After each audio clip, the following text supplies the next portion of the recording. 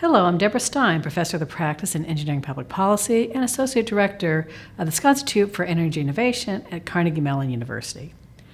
I'd like to welcome you to this video on benefit cost analysis. This is part of a series of videos on policy analysis and related analytical methods.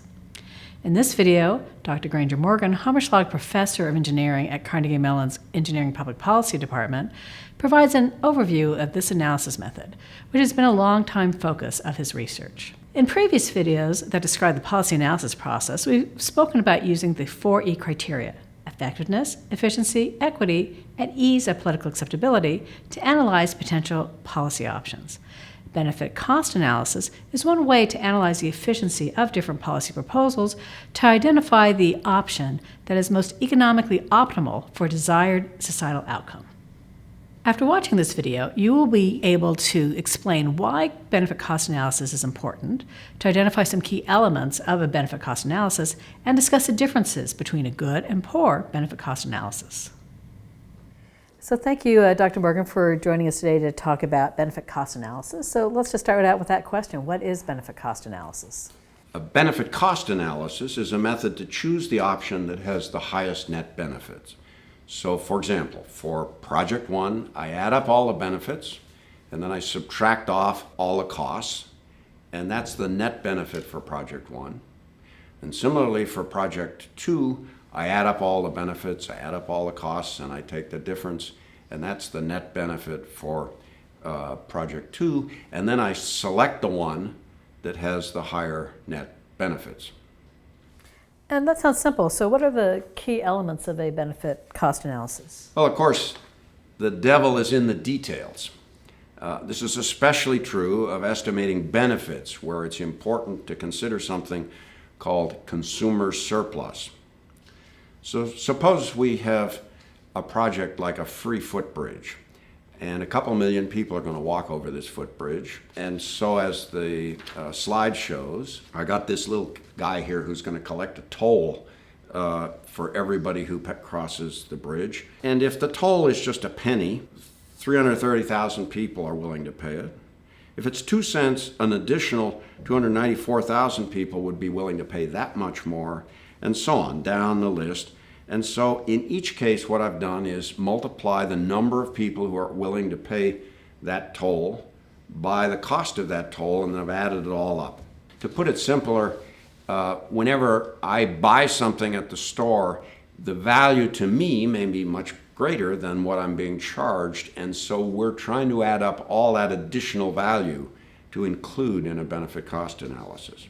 Now, this was first figured out by a French engineer named Jules Dupuy in 1844, but this idea of consumer surplus has now become standard in modern economics and is routinely used in benefit cost analysis. Another issue that arises in benefit cost analysis, of course, is that while some people may benefit, other people may actually incur costs.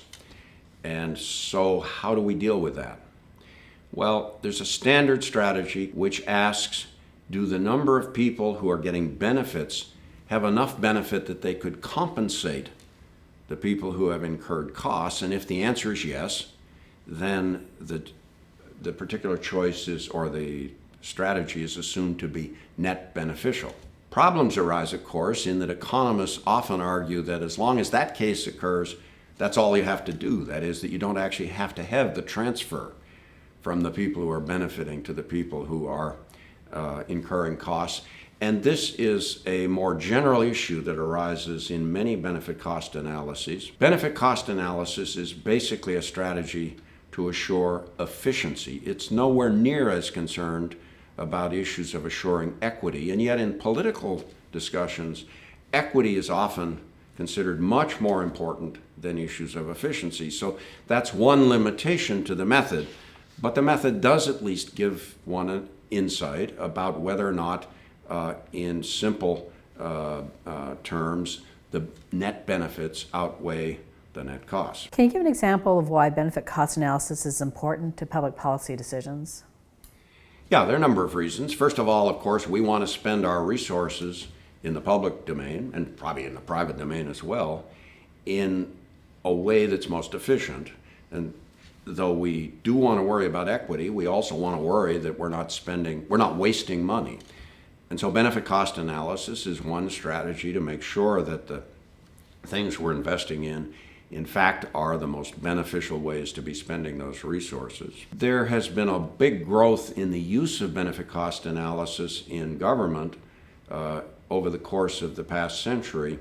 Back in the 1920s, the U.S. Corps of Engineers first began to use benefit cost methods to justify building dams or other civil infrastructure. When they first started doing it, their methods were pretty ad hoc. And then as more and more people got concerned because, I want my bridge here and he wants his bridge there. And so we got into the details of the analysis. And at that point, economists got involved and began to introduce all these sorts of ideas like Pareto optimality and consumer surplus.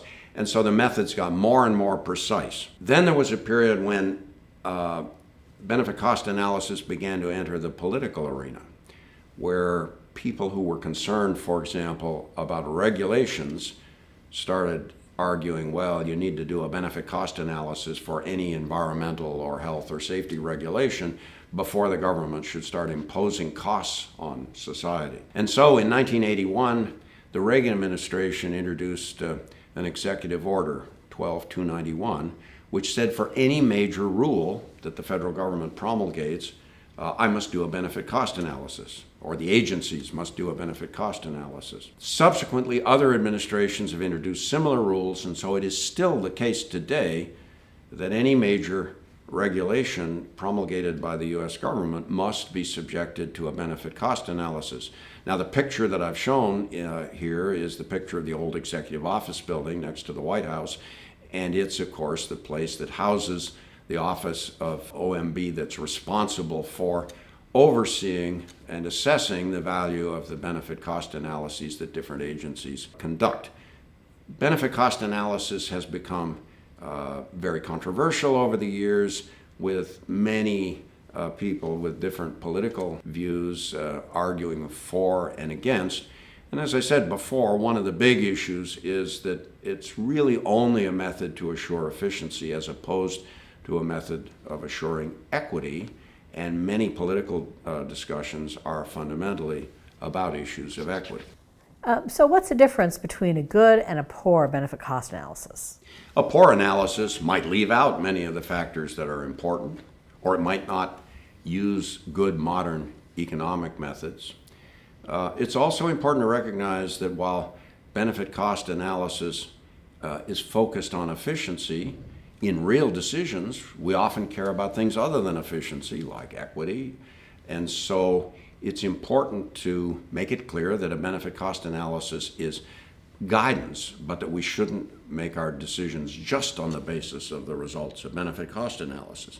Sometimes, of course, the Congress mandates programs. So, for example, in the case of those video displays on the dashboard so that you can see when you're backing up, Congress has said all new cars must have that.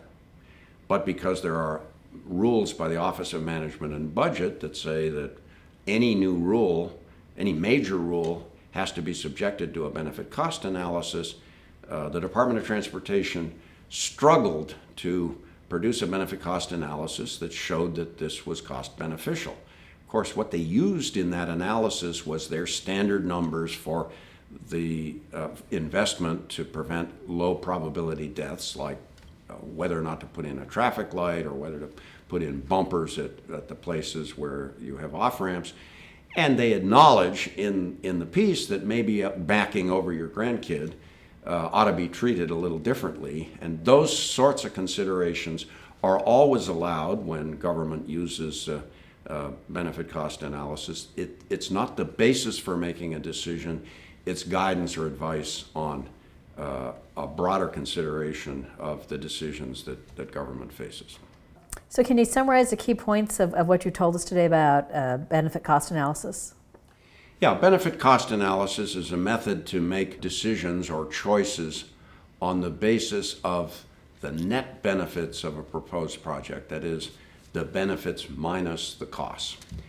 And doing that involves quite a lot of detailed methods in terms of assessing both benefits and costs. Modern economic theory has come up with quite a lot of detailed approaches on how to do such analysis.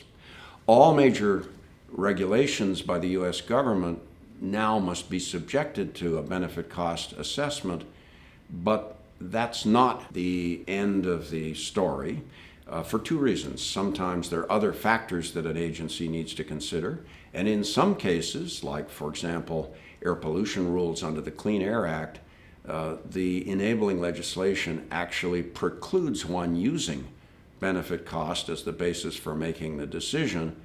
But nevertheless, the Office of Management and Budget thinks that it's appropriate that for all such rules, we at least have some sense of what the costs are that we're incurring and what the net benefits look like. Well, thank you very much today, Dr. Morgan, for telling us all about benefit cost analysis. Thank you for watching, and I encourage you to watch the other videos in this series.